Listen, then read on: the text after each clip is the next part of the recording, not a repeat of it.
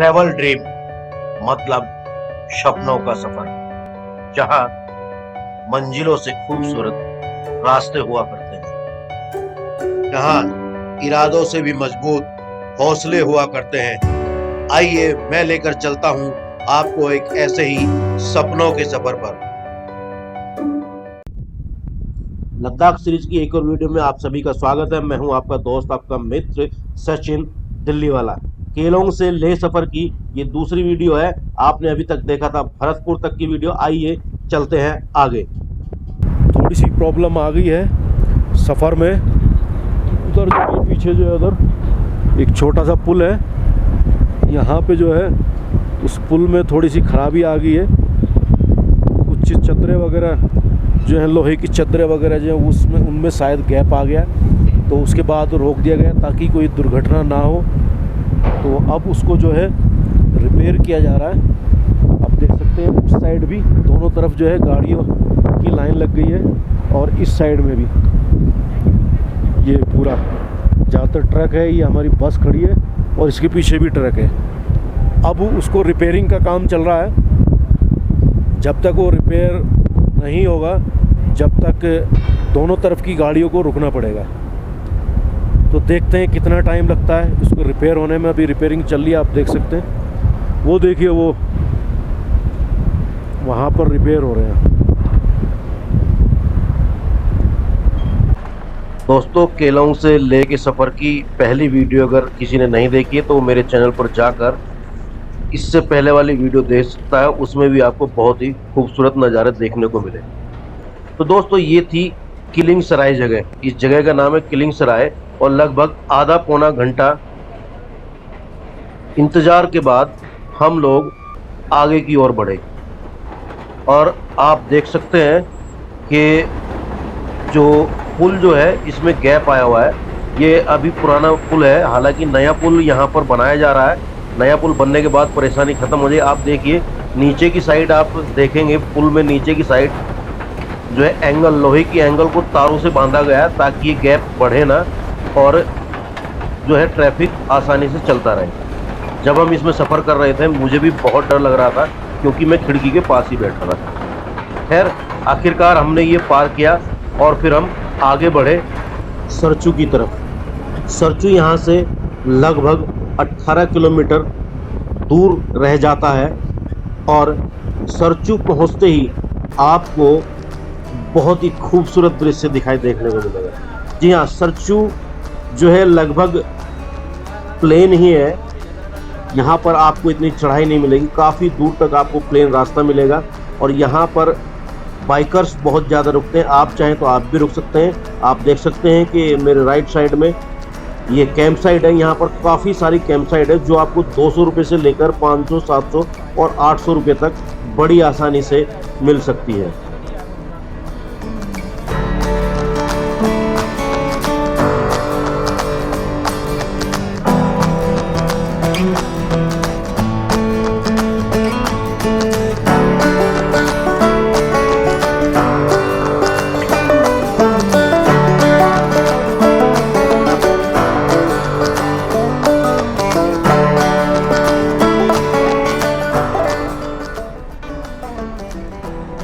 समुद्र तल से 4290 मीटर ऊंचाई के एल्टीट्यूड पर स्थित है सरचू।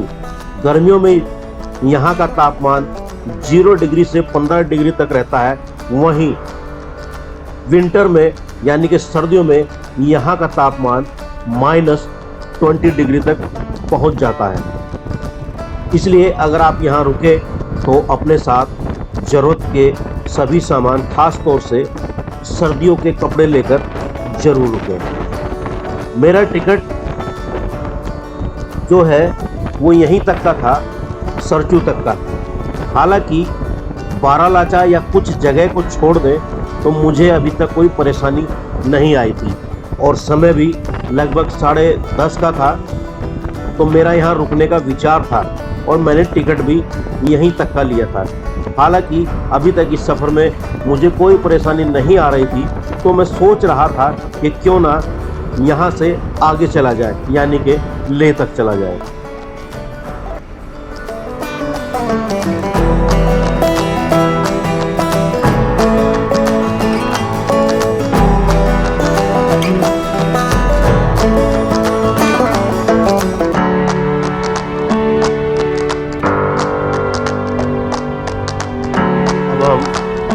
के बॉर्डर पर पहुंच गए हैं। यहाँ पर एक बार फिर से यात्रियों की जानकारी चेकपोस्ट पर दर्ज करानी होगी, जो कंडक्टर खुद जाकर अपने आप करवा देंगे।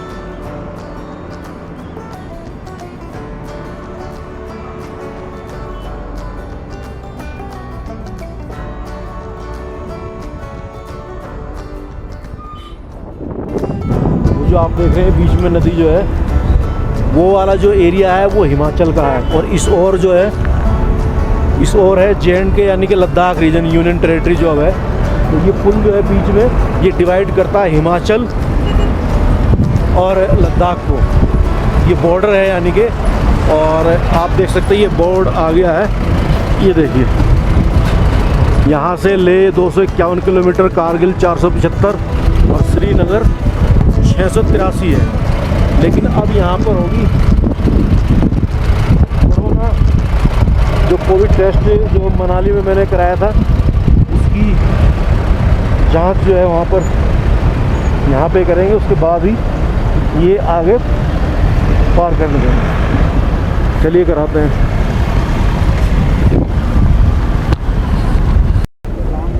सचिन सचिन हाँ सचिन और बताइए।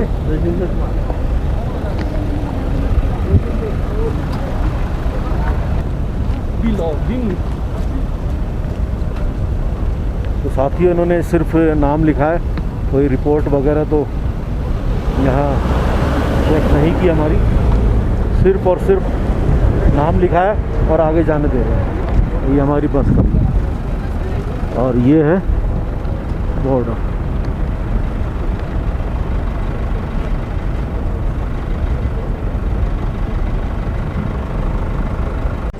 हिमाचल बॉर्डर पार करते ही हमारा सामना हुआ एक पहाड़ी रेगिस्तान से, जहां पर सड़क तो है ही नहीं, और यहां पर कोई भी वाहन चलाना बहुत ही चुनौतीपूर्ण है। अगर आप यहां अपनी गाड़ी से आ रहे हैं तो यहां पर बहुत ही ध्यानपूर्वक गाड़ी चलाएं। यहां सामने कुछ भी दिखाई नहीं दे रहा था और चारों तरफ सिर्फ धूल ही धूल थी।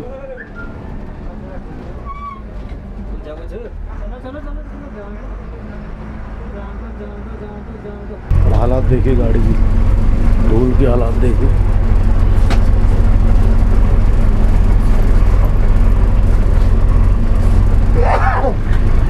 आगे कुछ दिखाई भी नहीं दे रहा था, अंदाजे से गाड़ी चलाई जा रही थी, और अभी भी रास्ता बहुत खराब है। तो भाइयों एक अपडेट है, सरचू मैंने पार कर लिया है। सरचू में आज मुझे स्टे करना था, मैंने पहले प्लान बनाया था सरचू में स्टे करने का, लेकिन वहाँ मैं नहीं रुका। आज मैं सीधा जा रहा हूँ ले में जाके स्टे करूँगा। अभी तक होटल वगैरह कुछ नहीं किया, वहीं जाके सर्च करेंगे कोई अच्छा सा होटल मिलेगा तो लेह में रुकेंगे। आज सरचू मैंने क्रॉस कर दिया है। क्यों क्या है, क्योंकि वहाँ पर जो है कैंपिंग और ऐसे ये बियाबान वैली जो है इसी टाइप का था, बाकी कुछ मुझे लगा नहीं। और फिर मुझे ये लगा कि शायद अगले दिन जो है बस के लिए भी वहाँ परेशानी हो सकती थी, तो मैंने सरचू को जो है क्रॉस कर दिया। मैं सरचू नहीं रुक रहा हूँ, अब मैं सीधा लेह रुकूँगा। और पिछले 20-30 किलोमीटर से देखिए ये जो रास्ता है ये इसी तरीके का बहुत ही ख़राब रास्ता है। 5-7 किलोमीटर तो ऐसा रास्ता है कि धूल इतनी उड़ रही थी, ड्राइवर को भी कुछ नहीं दिख रहा था, अंदाजे से दिखा रहा था। लेकिन फिर भी यहाँ के ड्राइवर्स जो हैं, जो HRTC के, उनको मैं सैल्यूट करता हूँ, वो जिस तरह से यहाँ बस चला रहे हैं।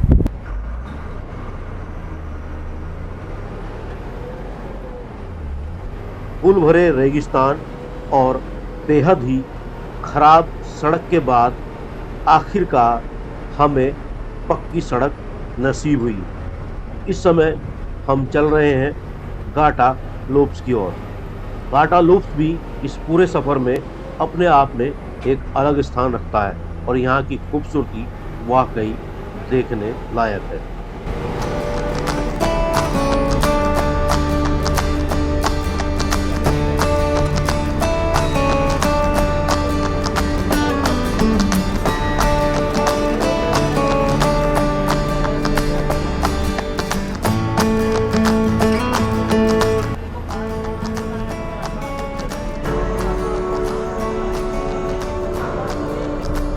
इन खूबसूरत नज़ारों के साथ जल्द ही हम नकीला पास पहुंच गए। ये पास इस रूट का सबसे आसान पास बताया जाता है।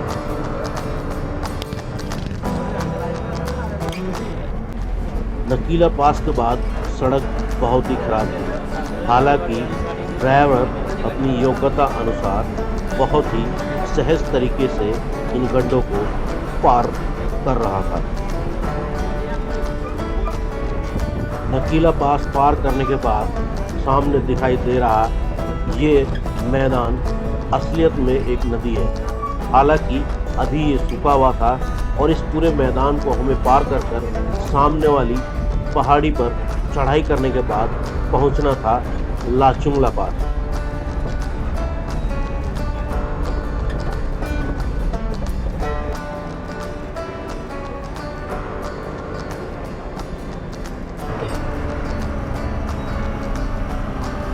लाचुंगला की चढ़ाई के दौरान क्योंकि सड़क बहुत ही संकरी और छोटी थी जिससे एक वाहन ही आ जा सकता है, तो कई मोड़ पर ऐसा देखने को मिला जहां सामने से ट्रक आ रहे थे। फिर उसके बाद ट्रक को वापसी लेकर हमें बस अपनी निकालनी पड़ी। उसके बाद हम पहुंचे लाचुंगला पास। लाचुंगला पास इस रूट पर पड़ने वाला तीसरा पास है। बारालाचा नकीला के बाद लाचुंगला पास पड़ता है। इस रूट पर टोटल 4 पास हैं, जिसमें से 3 पास हम पार कर चुके हैं और अब बचा हुआ है तांगलांगला।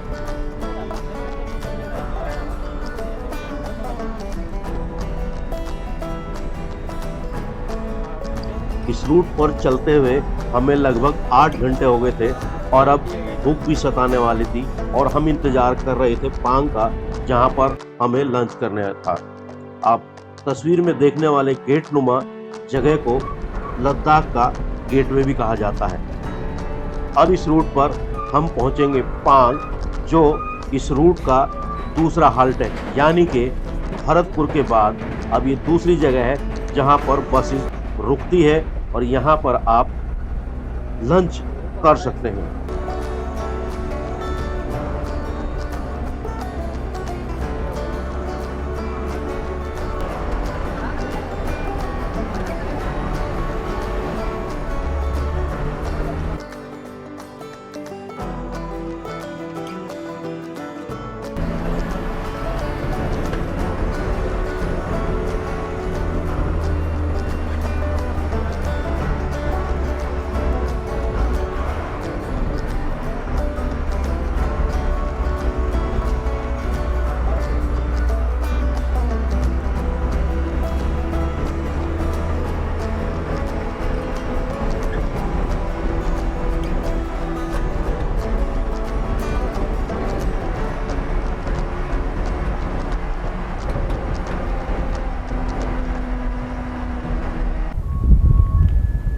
साथियों, एक और हॉल्ट पहुंच गए हैं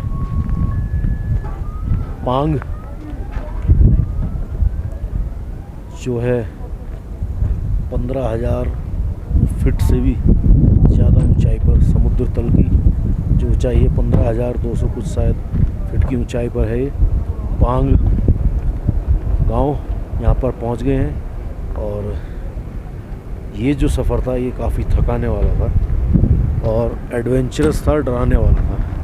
हमारा जो ख़राब रास्ता जो था उसके बाद जैसे ही हम ऊपर चढ़े हैं, रास्ते छोटे होते चले गए हैं और ऊंचाई बढ़ती चली गई और पहाड़ तो यार बिल्कुल एकदम लाल पहाड़, पीले पहाड़, जैसे आप मेरे पीछे दे सकते हैं, पीले पहाड़, पीले कलर के पहाड़, अलग अलग कलर के पहाड़।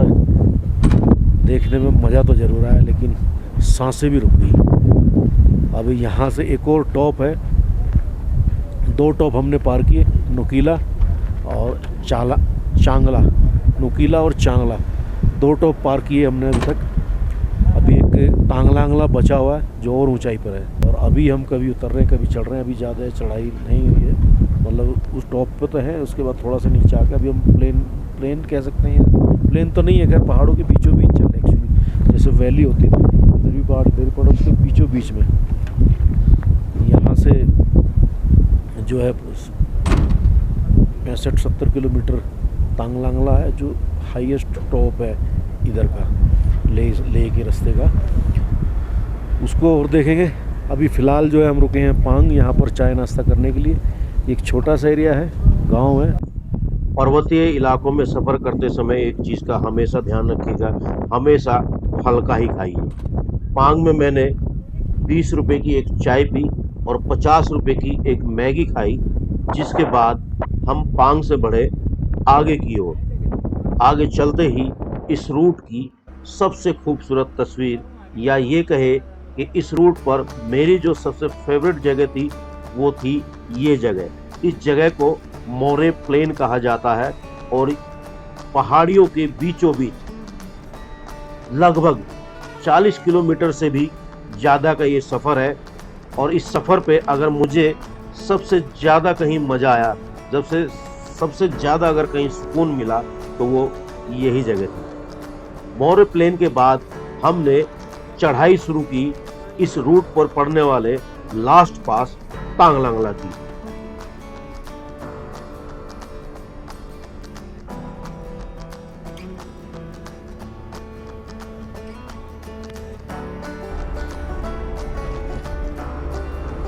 तांगलांगला पास पहुंचने से कुछ किलोमीटर पहले ही एक बार फिर हमें बर्फ से ढकी पहाड़ियाँ दिखने लगी थी, जिसे देखकर बहुत सुकून मिल रहा था। और हम बढ़ रहे थे तांगलांगला पास की ओर, जो इस रूट का सबसे हाईएस्ट पास है।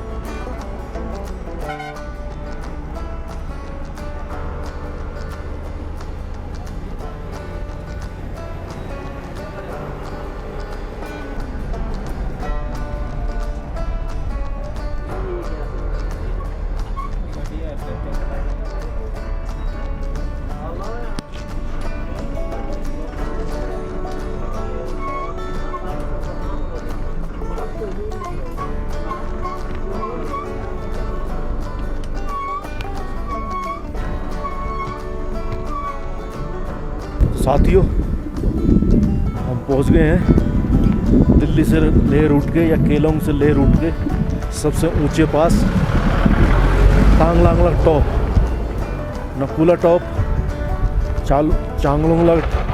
चांगला जो भी था, लाचुंगला टॉप। उसके बाद ये तीसरा टॉप है जो सबसे ऊंचा है।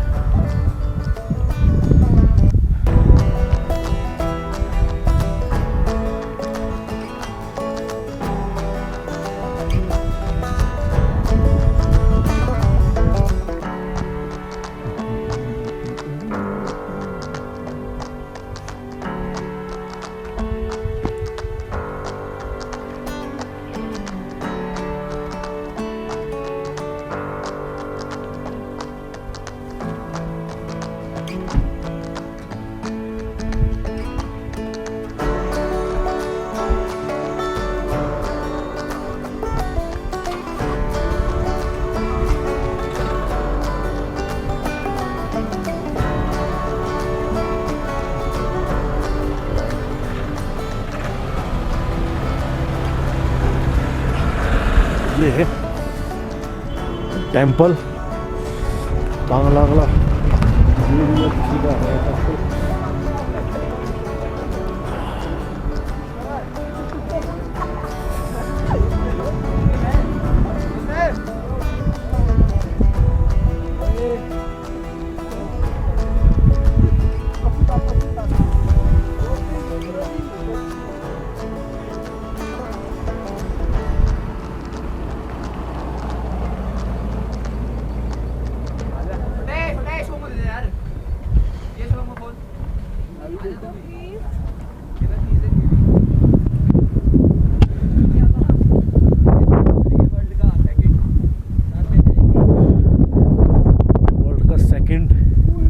हाईएस्ट मोटरेबल पास 17,582 फीट की ऊंचाई पर from the sea level and second highest पास।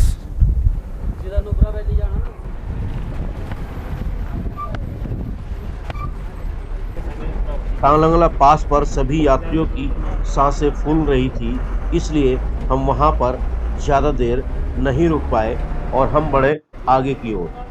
टांगलांगला पास पार करते ही चढ़ाई ख़त्म हो जाती है और फिर हम नीचे उतरने लगते हैं। नीचे उतरने के बाद लेह तक रास्ता प्लेन है। लेह तक पहुंचने के लिए इसी प्लेन रास्ते को हमें तय करना होगा। इसके बराबर में बहुत छोटी छोटी नदियां आती रहेगी जो इस सफ़र की खूबसूरती और भी बढ़ाती है। अब क्योंकि शाम हो चली थी और जल्दी अंधेरा होने वाला था और हम पहुंचने वाले थे उपसी। उपसी में एक बार फिर हमारी कोरोना टेस्ट रिपोर्ट जांच होने वाली थी और उसके बाद हम चलने वाले थे लेह की ओर। खूबसूरती बहुत ज़्यादा थी, लेकिन मेरे कैमरे की बैटरी डाउन होने के चलते और अंधेरा होने के चलते मैं इससे ज़्यादा रिकॉर्ड नहीं कर पाया और हम रात को लगभग 10 बजे करीब लेह पहुंच गए। आपको अभी तक का सफ़र कैसा लगा कमेंट में ज़रूर बताइएगा और वीडियो पसंद आ रही हो तो कृपया करके लाइक शेयर के साथ चैनल को सब्सक्राइब करना ना भूलें, ताकि मैं इसी मेहनत के साथ आपके लिए वीडियो बनाता रहूं। धन्यवाद।